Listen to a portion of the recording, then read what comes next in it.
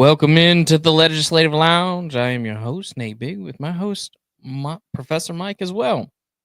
How's it Today, going? man, it has been a week. Not even a week. The last 3 days have been a little wild. It's been a lot of fun for me. I've been having so much fun on X. I mean, everybody's been talking about it, right? I mean, the whole situation in the White House and the discussion that was had. We want to bring some clarity to what's going on here because obviously the leftists are going absolutely apeshit over some of the dumbest stuff, saying that Trump and JD Vance completely embarrassed America and all that. But the problem is they don't even know the context behind why he was there in the first place, which is the hilarious part. And they think that has to do with Russia. It had nothing to do with Russia. Actually, I mean, in all intents and purposes, it may have affected Russia in a different manner, but it wasn't directly about Russia. So let me go ahead and do this. I know a lot of people, there's some people that don't know because they didn't see the clip. They haven't seen all the altercation. Now, it's like a 7-minute clip, but I'm only going to show you like where it actually blows up. It's about 2 minutes long. I love it. Just to give context to what's going on here tonight. So we're going to play that real quick. About the kind of diplomacy that's going to end the destruction of your country. Yes, but if you are not Mr. President, with respect, I think it's disrespectful for you to come into the Oval Office and try to litigate this in front of the American media. Right now, you guys are going around and forcing conscripts to the front lines because you have manpower problems. You should be thanking the President for trying to bring an end to this conflict. Have you ever been to Ukraine that you say what problems we have? I have been to. Come once. I've actually watched and seen the stories, and I know what happens is you bring them on a propaganda tour, Mr. President. Do you disagree that you've had problems bringing people into your military? We have problems. And do you think that it's respectful to come to the Oval Office of the United States of America and attack the administration that is trying to prevent the destruction of your country? A lot of questions. Let's start from the beginning. Sure. First of all, during the war, everybody has problems, even you, but you have nice ocean and don't feel now, but you will feel it in the future. God bless. So I just wanted to pause it right there because that right there, there's a lot of people that don't understand when you're a leader of a country in an active war zone and you say something like that, it doesn't mean what you and I think it means just in our daily conversation. That means something entirely different on a world stage. That's a threat. Yeah, absolutely. I don't know that. God bless. God bless. You will not have a war. Don't tell us what we're going to feel. We're trying to solve a problem. Don't tell us what we're going to feel. I'm not telling you. Because you're in no position to dictate that. That's Remember exactly this. I'm not You're in dictating. no position to dictate what we're going to feel. We're going to feel very good. You will feel influence. We're going to feel very good and very strong. You will feel influence. You're right now not in a very good position. You've allowed yourself to be in a very bad position, and he happens to be right about it. From the very beginning of the war, You're not in a good position. You don't have the cards right now. With us, you start having cards. Playing cards. But right now, you don't. Yeah, you're playing cards. You're playing cards. You're gambling with the lives of millions of people. You're gambling with World War III. You're gambling with World War III. And what you're doing is very disrespectful to the country, this country. It's back to you. Far more than a lot of people said they should have. Have you said thank you once? A lot of times. No, in this Even entire meeting, today. you said thank you. Even today. You went to Pennsylvania and campaigned for the opposition in October. Offer some words of appreciation for the United States of America and the president who's trying to save you. I'm talking about. So this is the clip that's going viral, right? Because they're trying to make it in context that, JD Vance and Donald Trump just completely blew up for no reason, right? And that, he was trying to be there to have a talk about a peace deal with Russia and kind of like lay that out. That's not what this meeting was for. In all reality, what this meeting was is it was unbeknownst to the president and JD Vance on what the actual true meaning of it was. Their entire understanding of what was going to happen in this meeting was just a physical signing of the mineral rights deal that the United States and Ukraine had already put into place. Essentially, they just needed to dot the T's and cross the T's and dot the I's, for lack of, better understanding. But what happened essentially is that last week the Ukraine, they have a parliament, right? It's, for those that don't know what that is basically their version of Congress in a sense, right? They ratified the mineral rights deal into their law and pushed it out in regards to, like, if Congress passed a bill, right? And in that they ratified it on Thursday. So the agreement was conducted by retired General Kellogg.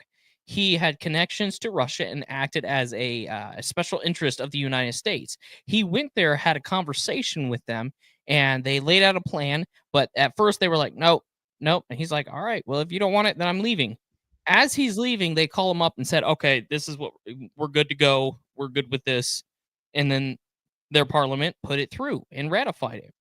But during all of these meetings, Zelensky randomly kept asking and insisting to meet with the president and JD Vance in the White House. Nobody really knew why, and he wouldn't say why, honestly. And this is, confirmed by General Kellogg himself and a lot of other sources. So when we get to the day of, everybody in the White House is under the understanding that he's probably just wanting to do a signing in person for a photo op, because that's honestly who he is.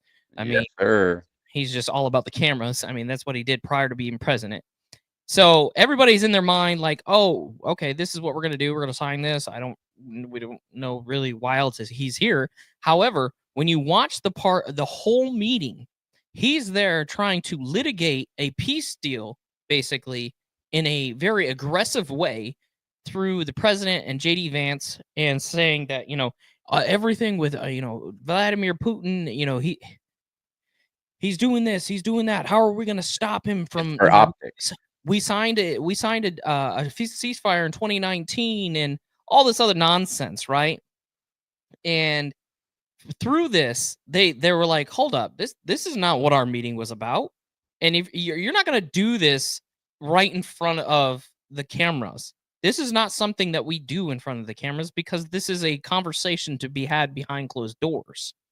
And it's become even truer that even after this meeting, after he was kicked out of the White House, he goes on, he's sitting here trying to say, oh, I want peace, even though he's declined, 2 or 3 peace offers already, or ceasefires, and said, I don't want a ceasefire prior to this. But even after this, it was a day or two later, he's caught on camera calling Vladimir Putin a terrorist and all this other thing. It's like inflammatory language. It's like, if you're looking for peace in real terms, calling the person that you're fighting with a terrorist and all this other stuff is going to get you nowhere.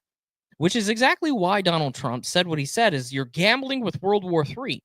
Everybody wants to sit here and say that, oh, Donald Trump, he's a mouthpiece for Russia. No, he's not a mouthpiece for Russia. He wants all of it to stop, because he understands if this continues down the road, Russia's going to run through Ukraine easily. And he even said it in this meeting. He's like, you're fighting a war that you can't win without us. And the only way that we're going to step in any further is we're going to make a peace deal. But what you're doing right now in front of the cameras is not acceptable by any measure. It's all for optics, and honestly, Zelensky is nothing more than a Democrat puppet. And, it would be, in my opinion, of course, it wouldn't be a shocker to me if he was paid to derail this whole process. Oh, absolutely. And that's why, Trump and JD Vance were so upset with this situation, because this is just not how it's conducted on a foreign stage. These type of conversations is him just trying to appeal to the American people, which is why he was also campaigning for the Democrats not a couple months ago, because 100%. he understands that the media, which is why Donald Trump and JD Vance said, why are you trying to litigate this in front of the American media? They're like 100%. literally calling him out about it. And like I said, I've had a lot of fun on X, because people have no idea what they're talking about. You have so many Americans, millions of Americans that are, standing behind the yellow and blue instead of the red, white, and blue. It is absolutely sickening. If you want to stand behind the yellow and blue, go fight in their army. By all means, Right. go over there. Because I guarantee you, none of you have served anyone but yourselves. Right. And I mean, if you're a man who is, crying and whining about your country supposedly just getting absolutely destroyed and all this, like, I'm not saying You that there saw isn't that people video. dying and all that. I'm not but the thing is if you're gonna sit here and you're gonna try and cry to me and say to me that you need our help, but you've already declined multiple peace deals, and now you're literally calling your opposition terrorists and all this other stuff with inflammatory language, like it's a whole different motive to me. But the thing about Vladimir Zelensky, which is kind of weird that they have the same Well, first name. it's Vladimir Putin and then Vladimir. Vladimir. Okay. Almost spelled exactly the same, but thank you for Almost. the correction. I'll just say Zelensky. The thing about Zelensky is he was a like a TV persona, dancer. He was just an actor slash comedian, and he right, actually and that's the thing about him. He's he very performed for manipulative. Putin. He's very manipulative, and he's able to coerce people into believing bullshit, honestly. And you'll understand why when you dig into a little bit deeper of who his family is down the line. I'm not getting into conspiracies here, but it's quite interesting who he's related to. Mike, you look like you want to say it.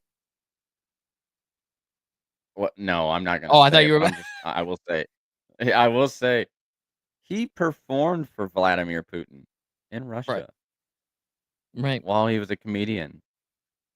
But I mean, like, this whole thing is just a performance to me because He's an actor. I mean, like, you don't go before the White House and litigate, peace talks in front of the cameras unless you're trying to pull on the heartstrings of the leftists and the American media because you know that Daddy's taking the checkbook away.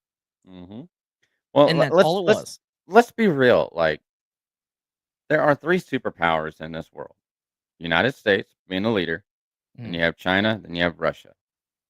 Ukraine would be just obliterated if it wasn't for us. Obliterated. Right. Now, either Russia's not really a threat, or Ukraine is so weak and incompetent that they can't fight without somebody helping them. Mm-hmm. And Russia, this is why I'm led to believe that there's more than meets the eye with this war. Because absolutely. Russia could very well just bulldoze in there and take over everything if they wanted to. And easily. Easily. But there's a level of control that is being implemented, and it leads me to believe that there's something more. And I believe as we move further down the road, because again, we're only in the first month of this presidency, we're gonna see more uncovered truths. We're gonna see absolutely. more conspiracy theories turn into truth, because that's what conspiracy theories are. They are truths waiting in the wind. That part. I mean, Vladimir Putin has always said since the beginning of this entire thing that it wasn't just about the land. It wasn't just a land grab. There's been multiple stories that have been circulating about this. So I think it's going to start to come to fruition a little bit more, because I think a lot of it was buried by the media and the Biden administration through the monitoring of what we saw through the news, right? Because 100%. outside of the United States, they got an entirely different picture. 100%. I mean, should I mention the Azov Battalion? We all know that one. We have some 1940s similarities between that battalion and Germany. Just saying. Also, right. Before this war kicked off, Ukraine was one of the #1 countries leading child exploitation, sexual exploitation, and female slavery and trafficking. It was globally agreed on that they were the most corrupt country in the world. And again, it blows my mind that during Donald Trump's first term, that we were so against Donald Trump having a conversation with Zelensky on the phone. Mm-hmm. What happened? A lot of conversations happen behind closed doors.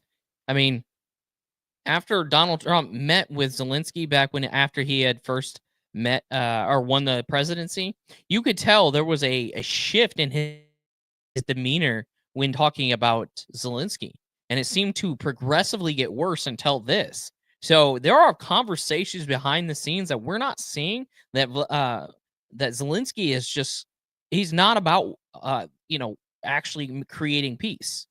Because in all reality, if he cared about his country, he would be rushing to the ceasefire table, because you have zero chance of beating Russia. Zero. Even 100. with us, because honestly, we would literally have to bring our troops over there for you to win, which we 100%. ain't gonna do. No, absolutely not. Like, and people don't realize this. Like, the United States, regardless of its stumbles, is still the leading military power in the world. In the world, there's no military that wants to go against us, Mm-mm. and this presidency, this administration is nowhere near the previous administration in regards to putting forth unnecessary assets, and jeopardizing lives, like during GWAT. So the global war on terrorism, you Mhm. had 20 years of warmongers that were just, cashing, just using us as pawns, Mhm. as expendable pawns to further their own agenda that enriched themselves. Right. And the thing that people don't really realize about this mineral rights deal as well, which I wanted to talk about earlier, was Mhm. the fact that it was what it was is it was going to be a basis for them to, you know, start paying us back, even though Zelensky believes, for whatever ridiculous reason, that it was a grant, not a loan, even though the Budapest Memorandum, which is the agreement between us to provide this aid that we are, it quite clearly says that it's a loan, and it has a payback timeline.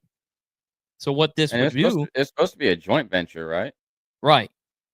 So what this mineral rights deal would do is allow them to drill for these minerals, and we would provide aid in regards to that. But more so, we would provide on the ground security, right? Which would protect them from Russia. So it had an underlying caveat to it that actually was beneficial to them, because Russia knows damn well if they try to attack that area where our people are, we will bend that ass over, which was the entire purpose But of this deal, honestly. I think even Russia was taking interest in the mineral rights deal as well. No, we had a separate one with them. Mhm. Oh, that's a lot of Yeah. people are getting those confused. But yeah, we had a separate one with them. But this one in particular had that underlying caveat of, hey, we're wink wink, you guys are gonna give us your minerals to kind of pay us back for the money we've been giving you, but we're gonna put troops, security on the ground, so that way Russia can't do nothing. But Mhm. now it's like, screw you. Where I did mean, Zelensky go next? oh, you know him. He's one of those master manipulators. So he went around, crying about, oh, Trump this, JD Vance that. And now you got this, puffed up chest of the UK for some stupid reason, because they think that they actually are power. Now their prime minister is absolutely just teetering with the cosplay of World War III, acting like they're gonna do anything. Take a look Well at what this dude well, had to real say here in a quick, real minute. quick. Yeah, Um, I find it interesting that the prime minister is supporting Ukraine, but the king just sent Trump a letter. I didn't hear about that. Oh yeah, we'll watch this Interesting. first. Yeah, let's take a look at this. See what he has to say. First, we will keep the military aid flowing and keep increasing the economic pressure on Russia to strengthen Ukraine now. Second, we agreed that any lasting peace must ensure Ukraine's sovereignty and security, and Ukraine must be at the table. Third, in the event of a peace deal, we will keep boosting Ukraine's own defensive capabilities to deter any future invasion. Fourth, we will go further to develop a coalition of the willing to defend a deal in Ukraine and to guarantee the peace. Not every nation will feel able to contribute, but that can't mean that we sit back. Instead, those willing will intensify planning now with real urgency. The UK is prepared to back this with boots on the ground and planes in the air. Together with others, Europe must do the heavy lifting.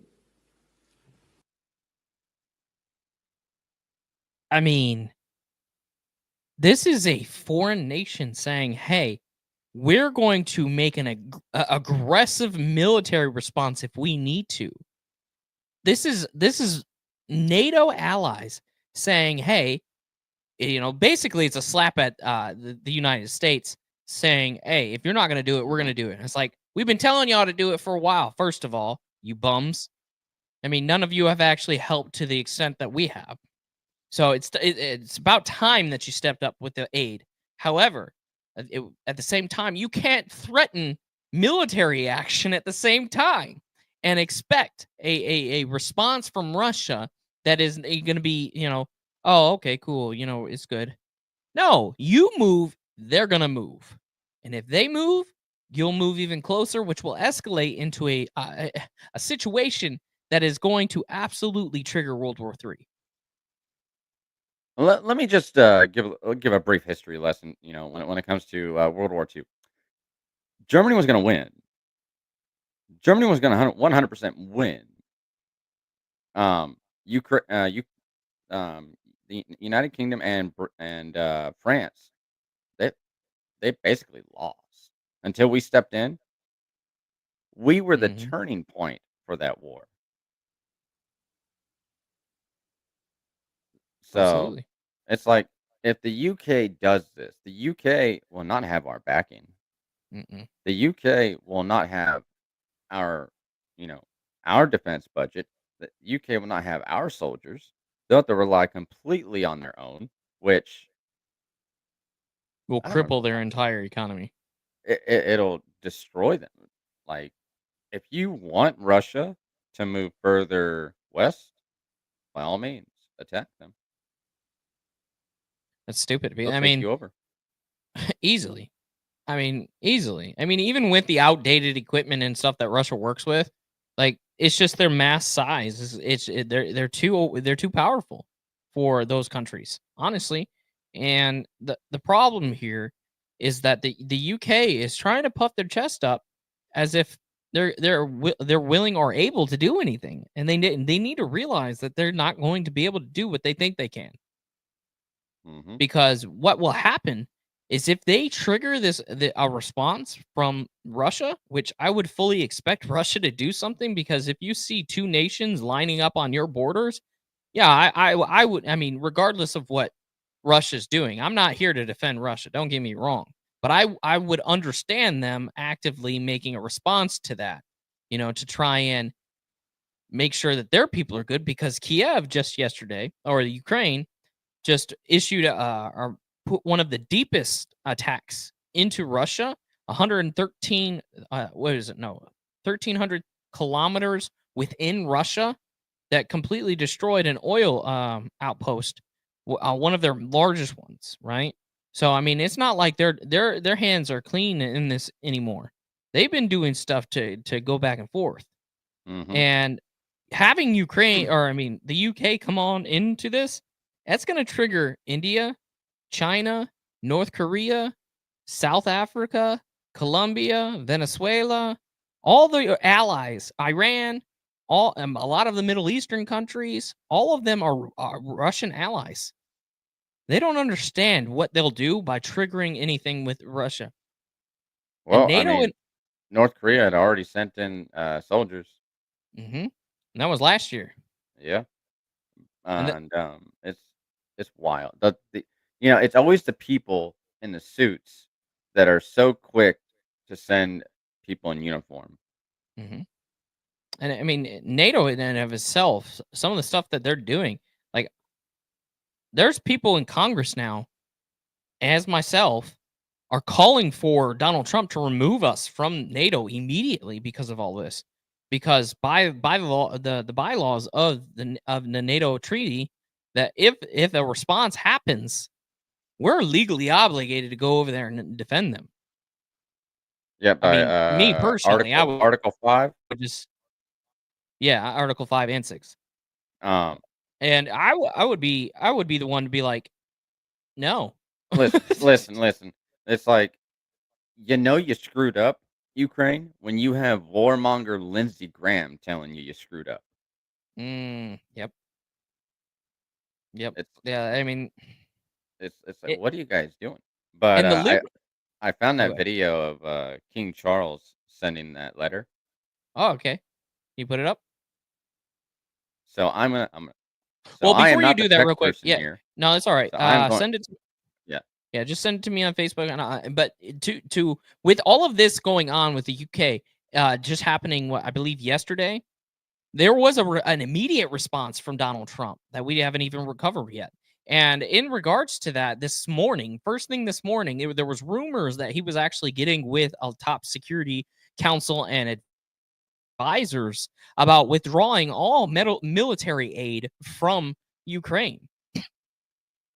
Excuse me. And because of that, I mean, well, it's not because of that. It actually happened. I believe here. Let me pull it up here real quick for y'all. Is it? This just came out a couple hours ago, saying that Trump's halted new weapon sales to Ukraine and considers suspending shipments from stockpiles. And there's even more that have been rumored to be happening. Russia is already targeting a UK shipment going to Ukraine. So Right? shit's about to ramp up, and I still think it could be salvaged Yeah. if they impeach Zelensky, which people in his country are trying to do. Funny enough, though, there are rumors out there saying that if NATO grants access to Ukraine to join, then he'll resign himself. But we all know that's not going to happen because the United States won't allow it to happen. No, because Russia's already made it clear, if you induct them into NATO, it's all out war at that point. Like, they didn't mince words with it. well, it's like, why let Ukraine in, but not Russia? Russia applied, Exactly. I think, 4 times. Like, Exactly. what better peace brokership than to allow them to join? Absolutely. I mean, did you have But that video, Mike? yeah, I have it right here. So it'll be interesting. You got.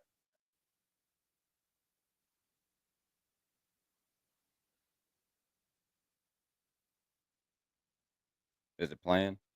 No, you gotta unmute it, dude. It's right there. Muted. It wasn't clicking.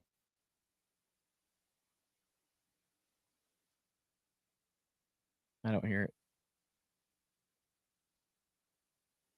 Apparently, we're gonna have some technical. Would you like to say what that very important paragraph? Yes. So this is a letter from His Majesty the King. It's an invitation for a second state visit. This is really special. This has never happened before. This is unprecedented.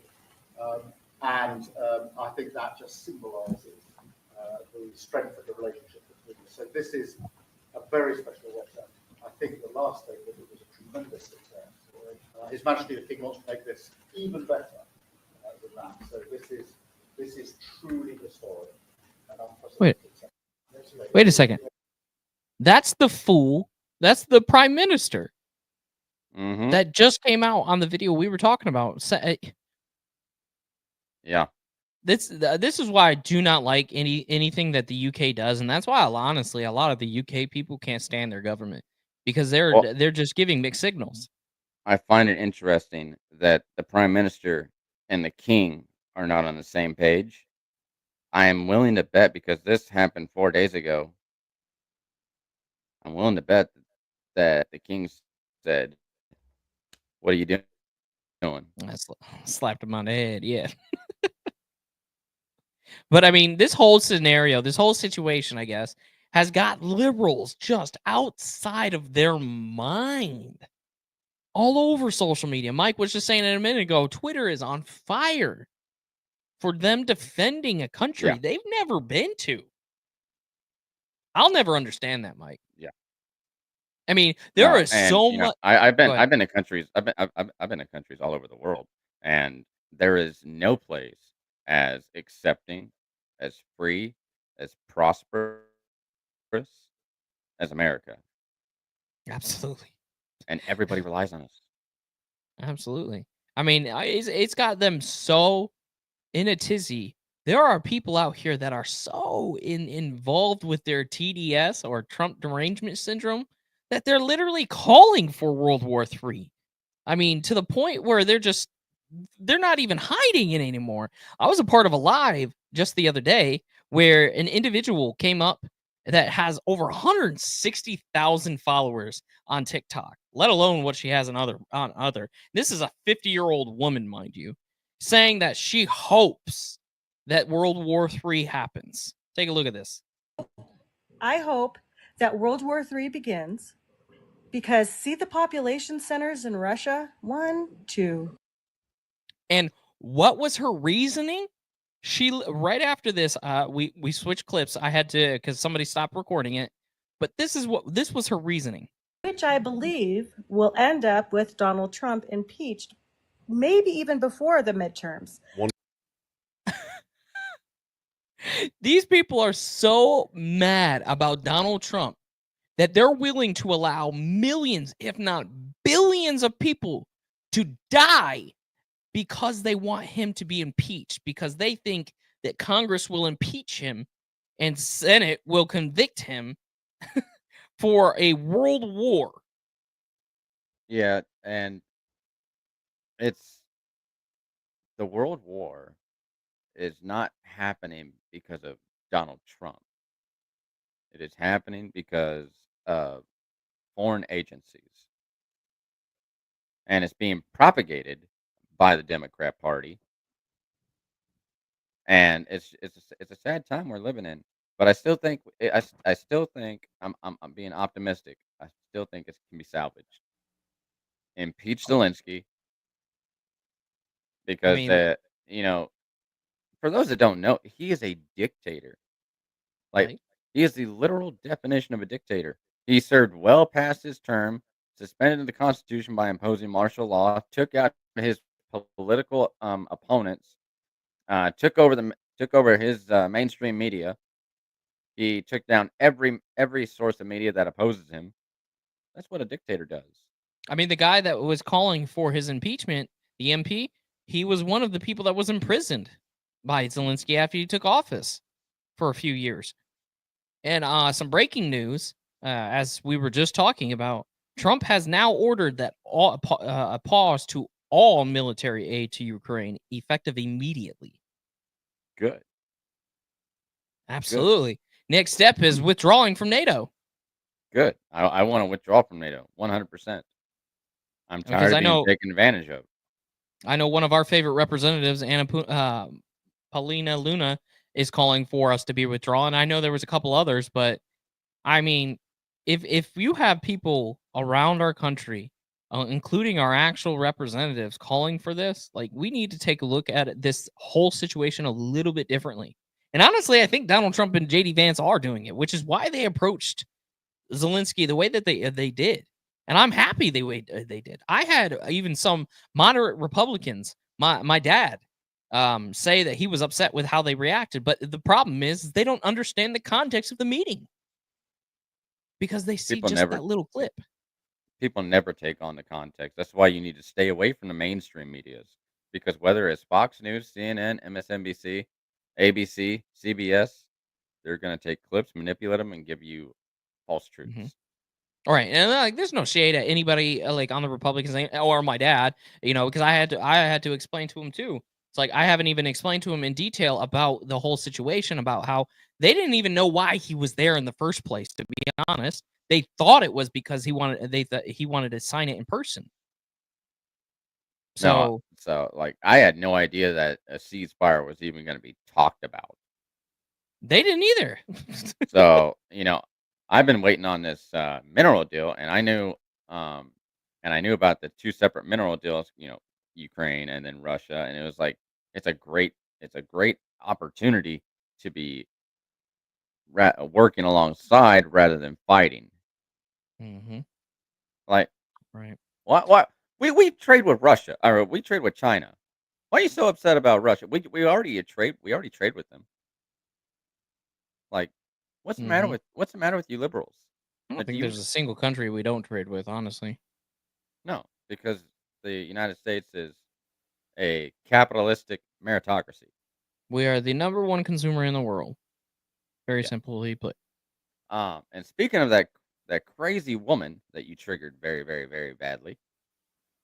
Yes, for all those that don't know, Nate's really good at triggering the left. Doesn't even have to say much. I use But their this articles. woman, I just happened to peruse on her page. Her newest video that didn't have to talk about, other Republicans had to do with Donald Trump imposing 25% tariffs on Canada and how there was no agreement met. Let me explain something to you. If a tariff is imposed and the country that you're imposing a tariff on continues to trade, that means they have agreed to the Incoterms, the International Commercial Trade Agreement. You know what's funny, Mike? You talking about Canada and the whole trade and the tariffs and all that.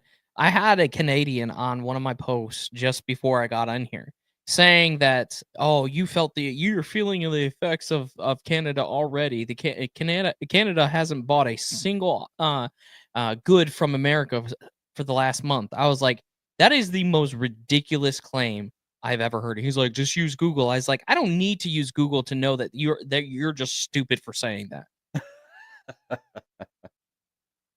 America is the number, and it's not even close. We are the number one trade partner for Canada. If they don't buy a single thing from us, or we don't buy a single thing from them, their economy stops completely. Their total we account for 76% of their exports, and they buy billions of dollars of our goods. Yeah, and y'all are complaining about a 25% tariff that the United States is imposing. Canada imposes a 270% tariff on milk,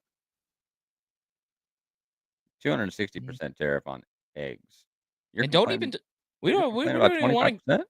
we don't even want to get into the whole milk and cheese trade deal that we had with Canada, because they really reneged on that one. I mean, I could do a whole episode just on that.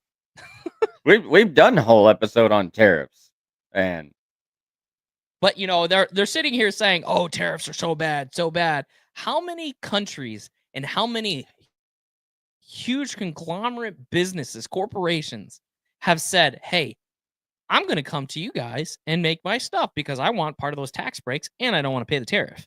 100%. I mean, just today, like people have heard about Apple, right? They're investing another like $100 billion or something into Texas with that's going to create like 25,000 jobs. A lot. But Honda actually just has decided today to produce its next generation Civic hybrid in the United States, in Indiana, instead of Mexico, due to the tariffs. There you go. And then also, President Trump to announce today that Taiwan, a semiconductor manufacturing company, or TSMC, will invest over $100 billion into the United States over the next 4 years. That's about that is the, like, I don't know, 7th country I've heard with at least $100 billion coming to America. So we have one TSMC plant here in Phoenix. It's about 15 minutes, 20 minutes down the road from me. So very, very big factory. Because what was it? There was like also Saudi Arabia. There was a huge company from Saudi Arabia that's investing $100 billion, and there was a couple other ones. I can't think of them right off the top of my head, but there are billions of dollars, and at this point it's almost trillions. Multiple companies coming here and establishing a base of operation, which is we've been saying this forever. This is what tariffs do. They incentivize establishing a base of operations in the country that is imposing the tariff. That way they can skate by. And guess what? What is it? That concurrent resolution 14. Mm-hmm. That the Democrats are saying, oh, it gives tax cuts to the rich. There are qualifying factors for that tax cut. You have to make goods in the United States to qualify for it. It's another incentivizer. And what happens when you get a tax cut? You get to reinvest. I'm going to say it. It's going to trigger y'all. Trickle down economics. If I have more money, the money I make, doing this podcast, being able to use TikTok as a way. I take that money and I give it to him so it can pay for StreamYard, so we can bring all this to you.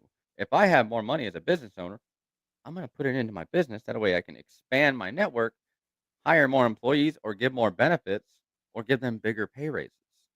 Speaking about the money for StreamYard. But yeah, I mean, the amount of companies and countries that are just pouring money into America only proves the fact that, Donald Trump was right about the tariffs. Regardless of what you believe, what the media says about what tariffs do, the intent behind the tariffs was to force the companies to come back here and create their products here.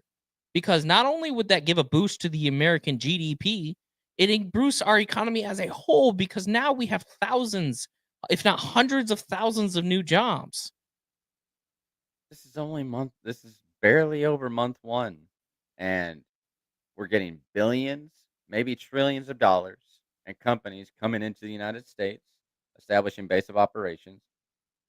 We're saving billions and billions of dollars by uncovering and stopping wasteful government spending and fraud.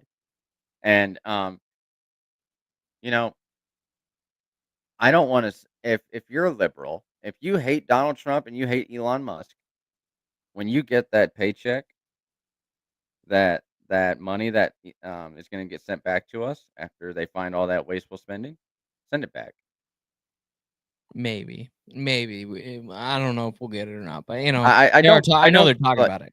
If it happens, yeah, no, I get what you're saying. You better send it back, and because speaking of that, I think you just mentioned the concurrent resolution too a moment ago, so it goes hand in hand with what I want to talk about here in a second. Is that you have these individuals that have read through portions of this possibly.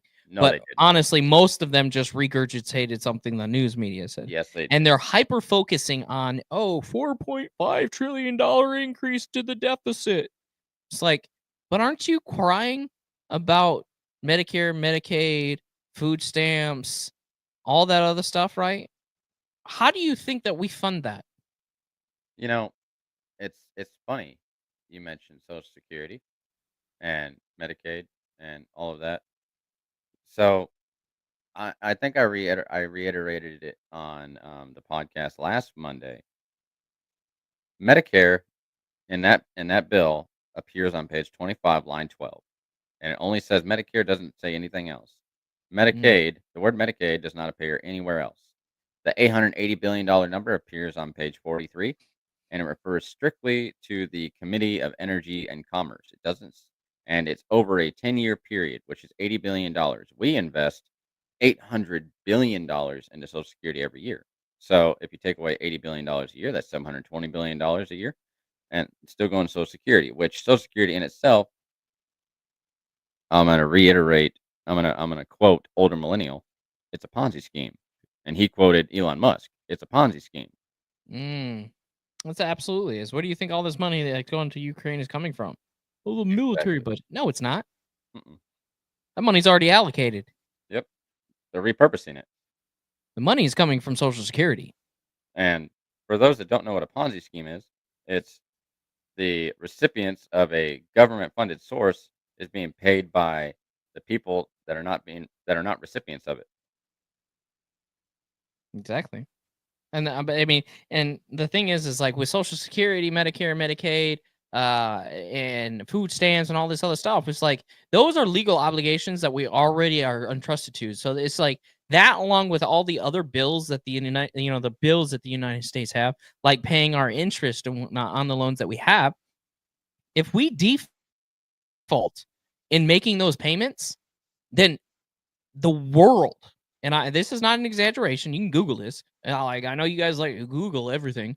It literally says it. It says it will throw the world, global economy into a complete frenzy. There will be massive layoffs, like in the tens, if not hundreds of thousands of jobs across the nation.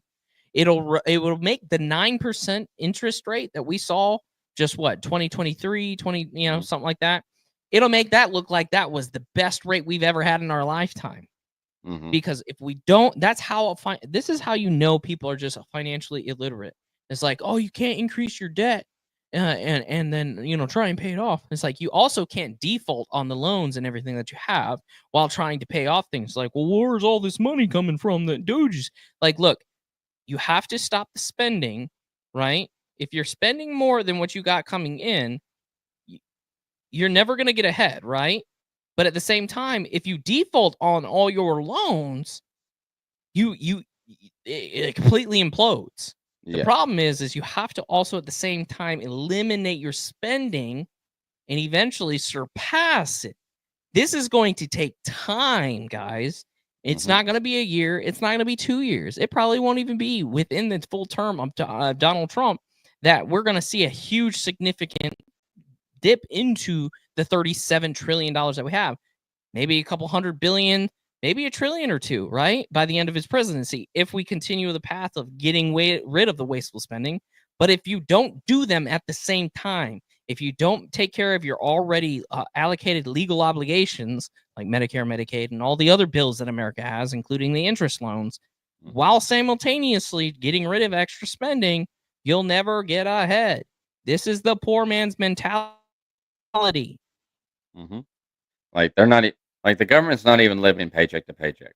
They're living loan to loan, and they're just getting loan, new loan, new loan, new loan, and just essentially screwing their credit. But the thing is you take a look at these people. They're saying, oh, 4.5 trillion, so they're just increasing the debt. So they're not really actually doing anything. Like, no, they absolutely are. They're making large cuts in a lot of different areas throughout the bill. If you actually read it, it quite literally says the initial budget resolution that was introduced to the House Committee of Ways and Means showed numerous areas where they had to get rid of 888 billion, get rid of 400 billion here and here and here, and they add up.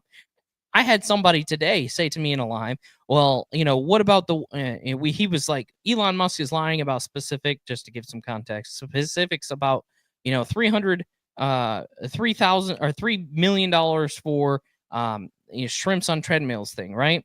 And it comes out, he had to correct himself. It was only like 1.2 million or whatever. He's like, what is the significance of that? I'm like, you're literally screaming to me that you have a poor man's mentality. Because if you get with any financial advisor or any kind of financial advising program, they will tell you the smallest items that are meaningless will be the first to go. What in the world do we need to know about shrimp on a treadmill? He's like, well, it's only 1.6. $1.6 million. What can we do with that? A lot of good, I bet. Yeah, there's 30,000 plus homeless veterans. Right. I mean, and you also have to take into consideration all of the thousands of these $1, $2, $3, $10 million projects that have absolutely nothing to do with bettering our economy or bettering our country. If you take all these little pennies, they start to add up.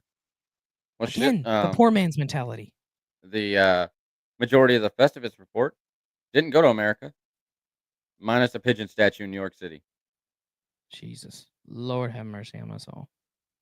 Pigeon statues, guys. That's what we're more involved about. We're more worried about pigeon statues in New York than taking care of our homeless and taking care of our veterans and taking care of children that are going hungry here in America. It's crazy. Yeah. And from what I hear, there are some good movements in the VA, but the